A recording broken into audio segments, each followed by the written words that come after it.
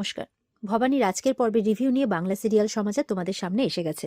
তো আজকের পর্বের রিভিউতে যেটা দেখা যাচ্ছে যে ভবানী তো অজ্ঞান হয়ে আছে, তার এখনো জ্ঞান ফেরেনি। আর এদিকে প্রজারা সবাই লোকনাথ বাবার কাছে গিয়ে মানে প্রার্থনা করছে যে বাবা এই দুর্যোগ হতে দেবেন না, এই প্রলয় হতে দেবেন না, না হলে আমরা সব দিক দিয়ে শেষ হয়ে যাব। তখন লোকনাথ বাবা বলছে, তোদের শিক্ষা হওয়াই উচিত, তোদের চৈতন্য হওয়াই উচিত। তোরা একটা এমন মানুষের উপরে অবিশ্বাস করলি যেই মানুষটা তোদের জন্য নাকি তোদের কর মুকুব করতে তারা ওই গোড়া সাহেবদের কাছে গেছে সেটা বলছে। আর তোরা নাকি তাকেই অবিশ্বাস করলি, তাকে এত বড় শাস্তি দিবি বলে ঠিক করলি।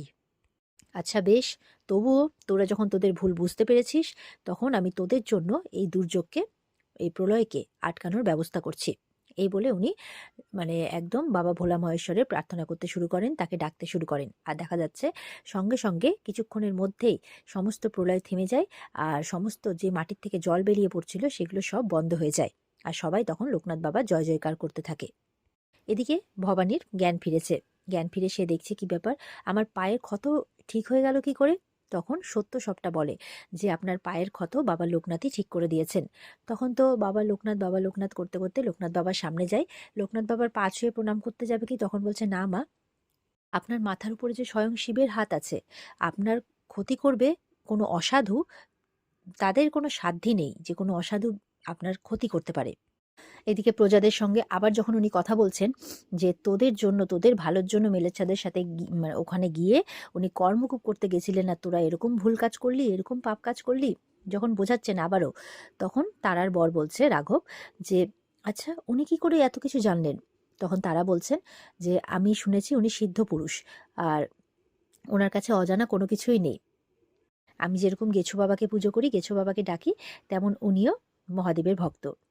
উনিও একজন, উনিও মনে প্রাণে মহাদেবের সাধনা করে চলেছেন, উনিও একজন সিদ্ধ পুরুষ, তাই উনি সব জানেন।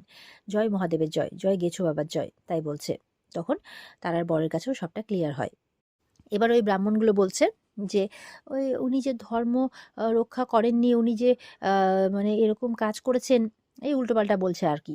তখন বলছে লোকনাথ বাবা, ধর্ম রক্ষা হচ্ছে যার যার সততা, যে যার বিশ্বাস থেকে সেই ধর্মকে রক্ষা করে। তার জন্য কারোর উপর এইভাবে মৃত্যু নেমে আসতে পারে না।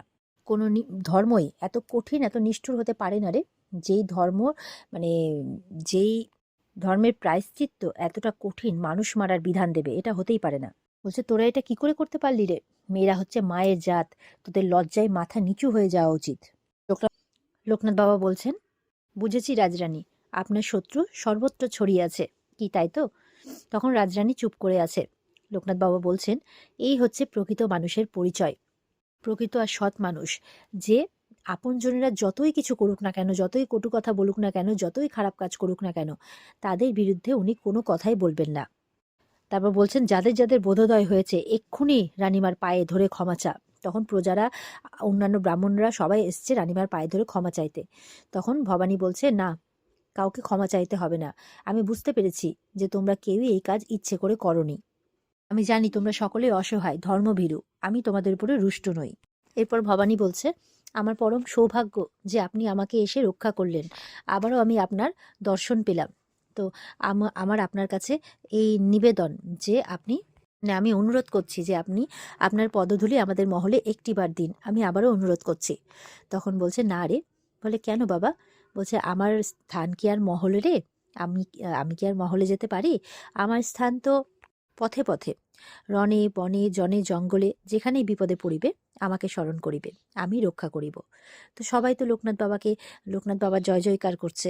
বলছে, সাবধানে থাকবেন মা, আপনার সামনে যে অনেক বড় লড়াই, অনেক বড় বিপদ। বলছে, কি বলছেন বাবা, বড় লড়াই, বড় বিপদ? বলে, হ্যাঁ, যে সত্যের পথে চলে, সত্যের পথকে অবলম্বন করে বাঁচে, তার পথে তো এরকম বাধা আসতেই থাকে, তবে তোমাকে লড়তে হবে, লড়ে জিততে হবে, তাই বলছে। এই বলে ভবানীর মাথায় হাত রেখে ভবানীকে আশীর্বাদ করে। এই বলে জয় শিবশম্ভু বলতে বলতে ওখান থেকে চলে যায়, আর ওখানকার সবাই জয় বাবা লোকনাথ বাবার জয়ধ্বনি দিতে থাকে। দিকে ভবানীরা সবাই মহলে ফিরে এসেছে। মহলে ফিরে আসতেই আগে মা ভবানীর মন্দিরের দিকে এসেছে। এসেই দেখছে সেখানে ইন্দু বৌঠান পড়ে আছে। বলছে, বৌঠান বৌঠান বলতে বলতে ডাকছে দিদি দিদি করতে করতে। বলছে, এ কি, ইনি এখানে এইভাবে অজ্ঞান হয়ে পড়ে আছেন, আর দাসদাসীরা কোথায়? কারোর চোখের কেউ দেখতেও পায়নি? সবাই কি ঘুমোচ্ছে নাকি? এইভাবে বলছে। সত্যের বউ বলছে যে, তোমার সাথে অন্যায় হচ্ছে দেখে দিদি হয়তো ধর্ণা দিয়ে পড়েছিলেন ভগবানের কাছে যে তোমার যাতে কোনো ক্ষতি না হয়। তখন ভবানী বলছে, আমি কোন দিক সামলাবো বলো তো? একদিকে আমার পাগল মেয়ে আর আরেকদিকে এই দিদি হয়ে যাচ্ছে। ও দিদি চোখ খোলো, আমি ভবানী। বলছে একটু জলের ব্যবস্থা করতে বলুন না দাসদাসীকে। দেখছে তখনই রাঘব জল নিয়ে আসছে। এটা দেখে তো ভবানী মানে দেখেই থাকে রাঘবের দিকে, আর মনে মনে খুশি হয়, কিন্তু এখন সেই খুশি প্রকাশ করার সময় নয়। সেই জলের ছিটে ইন্দু বৌঠানের মুখে দেয়, মুখে দিতে ইন্দু বৌঠান কিন্তু উঠে পড়ে।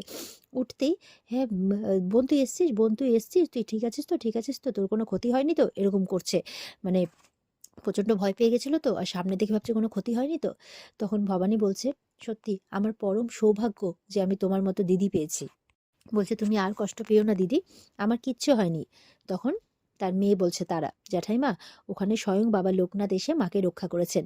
তখন ভবানী ওখানে কি কি হয়েছে সবটাই তার দিদিকে বলে, আর সে শুনে খুব খুশি হয়, বলে তাই নাকি? তো তিনিও জয় জয়কার করছেন লোকনাথ বাবার। বলছে সত্যি সেই গাজন উৎসব থেকে দেখছি তারে, খুব ভালো মানুষ, সিদ্ধ পুরুষ তাকেই কয়, তাই বলছে। দেয়ান মশাই বলছে, তবে সবে উল্লেখযোগ্য হলো ইয়ের প্রত্যাবর্তন দেবী প্রসাদে। তো এটা শুনে ভবানী বলছে, হ্যাঁ সে তো হবেই। বলছে তো যে সেই গোড়া সাহেবদের সাথে হাত মিলিয়েছে। বলছে আমার যাদের যাদের সাথে শত্রুতা, তাদের তাদের সাথে গিয়ে উনি হাত মেলাবেন, এটাই খুব স্বাভাবিক ব্যাপার। সবাই তো আমার বিরুদ্ধে ষড়যন্ত্র করতে পারবেন। আর এটা শুনে তো ইন্দু দিদি আরো চিন্তায় পড়ে যায় যে দেবী প্রসাদ মহলে ফিরে এসেছে, এবার কি হবে। তো বলছে ভবানী যে লোকনাথ বাবা তো বললেনই যে আমার সামনে বড় বিপদ, বড় লড়াই। এটা শুনে সবাই চিন্তা করছে।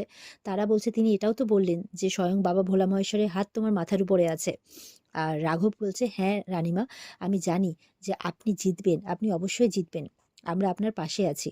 তখন ভবানী বলছে, হ্যাঁ আমার পরিবার যদি এইভাবে বেঁধে বেঁধে থাকে তাহলেই আমি খুশি। আর আমি জমি এক ফোঁটা 1 ইঞ্চি জমিও ছাড়বো না, তাই বলছে। মানে ওর লড়াই করাটা আরো সহজ হবে। বলছে যে এবার দেখতে হবে যে কত বড় বিপদের জাল বিস্তার হয়। ওদিকে তো বিষ্ণুরাম আর তার ছেলে দেবীপ্রসাদ ষড়যন্ত্র করছে যে প্রত্যেকবার এই ভবানী কি করে বেঁচে যায়। এই প্রজাদের মা হয়ে উঠেছে সে, প্রজারা চোখ বন্ধ করে তাকে বিশ্বাস করে। তবে প্রজারা কিন্তু ধর্মভীরু, তাই এই ধর্ম দিয়েই তাদেরকে বধ করতে হবে, এরকম একটা ষড়যন্ত্র করছে। বলছে প্রত্যেকবার আমাদেরকেই ঝুঁকতে হয় ওই ভবানীর সামনে, আমাদেরই মাথাটা হেট হয়ে যায়। ওদিকে দেখা যাচ্ছে একটা ঘরে বসে আছে ভবানী, তার ইন্দু দিদি, আর ওখানে সত্যের বউ আছে, আর তারা আছে। তো ইন্দু দিদিকে একদম জোর করে খাওয়ানো হচ্ছে। বলছে, হেই আমাকে পোলাখান পাইছিস নাকি? এভাবে বলছে যে আমাকে এইভাবে খাওয়াচ্ছিস, আমি তো শুধু অজ্ঞান হয়ে পড়েছিলাম, পরীক্ষা তো তোর হয়েছে, আমার হয়েছে নাকি? ভবানী বলছে, আমি কিন্তু একটাও কথা শুনবো না, প্রত্যেকটা খাওয়া চাই, একটুও যাতে না থাকে, আমার কথা যাতে অন্যথা না হয়, এইভাবে বলছে। তো বলছে, দেখছিস, সত্যের বউ বলছে যে কেউ কিন্তু বাদ যায় না, সবাই কিন্তু বকুনি খায়। আর বলছে তুই বকুনি খেয়ে অভিমান করে বসেছিলি। তখন ইন্দু দিদি বলছে, হ্যাঁ এখন মনে হচ্ছে আস্তে আস্তে হাওয়া পাল্টাচ্ছে, কাজের ধরন দেখেই তো তাই বোঝা যাচ্ছে। তখন বলছে, জানো তো আমি না গেছো বাবার কাছে মায়ের জন্য প্রার্থনা করেছিলেন, তখন উনি মানে বাবা লোকনাথকে ওখানে পাঠিয়েছেন। তখন বলছে, হ্যাঁ মাইয়ার প্রার্থনার জোর আছে বলতে হবে, তাই বলছে। তখন ভবানী বলছে, হ্যাঁ মা, কিন্তু উনি তো সবসময় আসবেন না বাঁচাতে, নিজের লড়াই নিজেকেই লড়ে যেতে হয়, এটা তুমি মনে রাখবে, তার জন্য নিজেকে তৈরি করতে হবে। ওদিকে বিষ্ণুরামের সাথে তার ছেলে প্ল্যান করছে যে প্রজাদের মধ্যে আস্তে আস্তে অবিশ্বাসকে বাড়াবে ভবানীর প্রতি, তারপরেই নাকি সেখান থেকে দাবানল তৈরি হবে। তো বিষ্ণুরাম বলছে, গোড়া সাহেবদের সাথে মিলে তুমি কূটনীতিটা ভালোই শিখেছো, একবার যদি প্রজারা রানীর বিপরীতে চলে যায় তাহলে আর ভবানীর কিছু করার থাকবে না। দেখা যাচ্ছে কথা বলতে বলতে দেবীপ্রসাদের কাছে ক্লাইভের চিঠি আসে। সে বলছে তাকে নাকি এক্ষুনি কলকাতায় যেতে হবে। এবার ওদিকে ভবানী বলছে, তা তোমার ইংরেজি শিক্ষা কেমন চলছে, শুনি একটু, কি কি শিখেছো তুমি? বলছে, একটা গান শিখেছি আর একটু একটু বলতে শিখেছি। তো বলে, শুনি কি শিখেছো বলতে? বলছে, যেমন হাউ আর ইউ, মানে তুমি কেমন আছো। তারপর বলছে, হোয়াট ইজ ইয়োর নেম, মানে সবে শিখছে বলতে। তো বলছে, তার মানে তোমার নাম কি? তো বলছে, ও বাবা দারুণ তো। সত্যের বউ বলছে, কেমন পটর পটর করে ইংরেজি বলছে। এদিকে ইন্দু বউ বলছে, বাহ কি সুন্দর শিখেছে তো। তখন ভবানী বলছে, এবার এই একটু একটু থেকে তোমাকে এই ভাষাটার উপরে পুরো দখল নিয়ে আসতে হবে, তোমাকে আমি সেইভাবেই তৈরি করব, সব দিক দিয়ে শ্রেষ্ঠ হয়ে উঠবে তুমি, তাই বলছে। বলছে তাহলে যে কোনো প্রতিকূলতা থেকে নিজেকে উদ্ধার করতে পারবে, অসহায়দের উদ্ধার করতে পারবে, নিজের গুরুজন প্রিয়জনদের আগলে রাখতে পারবে, সেই ব্যবস্থা আমি করব। যে তুমি প্রস্তুত তো মা? আর এখানেই কিন্তু আজকের পর্ব শেষ হয়ে যায়। তো এই ছিল আজকের পর্বের রিভিউ। ভালো লেগে থাকলে পর্বকে লাইক কমেন্ট করে জানাতে ভুলবে না, আর আমাদের সাথে জুড়তে চ্যানেলকে সাবস্ক্রাইব করতে ভুলবে না। দেখা হচ্ছে তোমাদের সাথে আগামীকালকে। সবাই খুব ভালো থাকবে। আজকের মতো পর্ব এই পর্যন্তই। টাটা।